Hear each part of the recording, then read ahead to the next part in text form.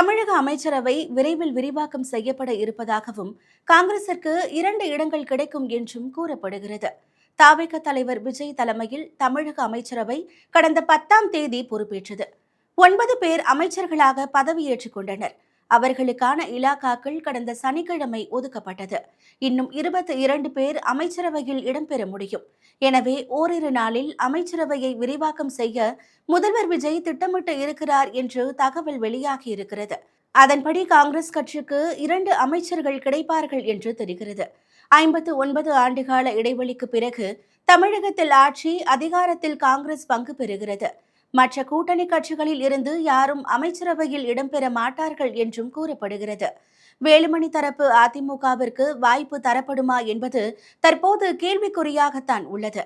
அப்படி என்றால் நாளைக்கு காங்கிரஸில் இருந்து 2, தவிகவில் இருந்து சிலர் என்று அமைச்சரவை விரிவாக்கம் இருக்கும் என்று தகவல் வெளியாகியுள்ளது.